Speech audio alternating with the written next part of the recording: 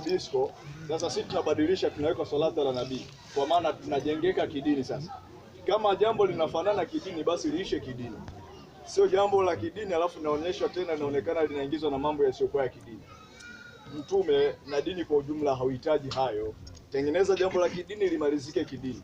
Kama unaamini dunia, tengeneza muda wa dunia, utualike kwamba sasa kesho ni disco uwanja fulani, sisi tuje kwa maana ya disco.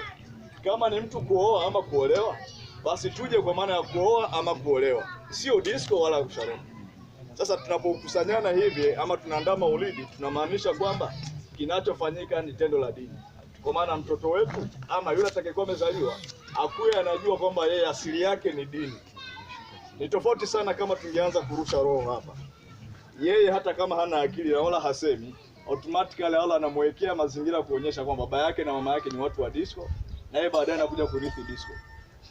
Sasa sidhani wewe mama sijui utachukua rungu utafanyaje ili muweke sawa sawa. Kwa sababu kuzaa ni sehemu moja, lakini na malezi ni sehemu ya pili, na malezi mara nyingi yanakopiwa kwa baba au mama na jamii.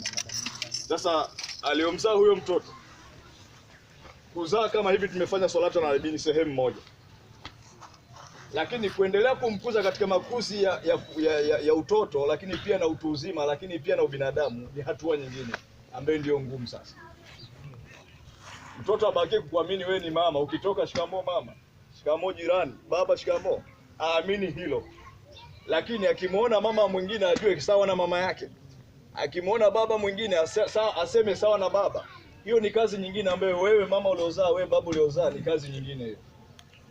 Muombe Mwenyezi Mungu pamoja na dua hii, lakini pia ujitahidi kumweka katika malezi ya mafunzo ya dini, lakini pia na jamii inasemaje. Nafikiri ndio itakuwa jambo la msingi sana. Sio kutuita tu na kufurahia kwamba sisi wewe umezaa na sisi tumefurahia. Hiyo ni sehemu ndogo sana ya maisha ya mtoto huyu. Huyu afundishwe Qur'ani, lakini pia apewe mafunzo ya kibinadamu kwamba majirani wote wanahitajika hivi, baba mwingine anahitajika umfanyie hivi. Ni mafunzo yanayotoka kwa baba au kwa mama. Kwa hiyo haya tunayofanya kwa sasa ni sehemu ya furaha, lakini kazi kubwa ni ya baba na mama kumweka katika mazingira ya kidini inshallah. Ni muda mfupi sana kwa sababu umeisha. Tulikuwa na kijana wetu Abubakar alikuwa na mambo makubwa, lakini tumemsitisha kwa sababu muda wetu ni mdogo. Tuendelee kufanya kile kinachofuata, muda utakuwa umeisha zaidi, tutaenda kwa mdogo wetu inshallah. Billahi tawfik.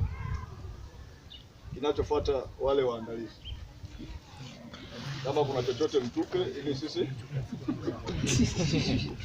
tusababishe inshallah. Ndeni kuni aende. Napewa kuni. Kuni kuna kuni. Asalamu alaykum. Kuna kuni hapo sio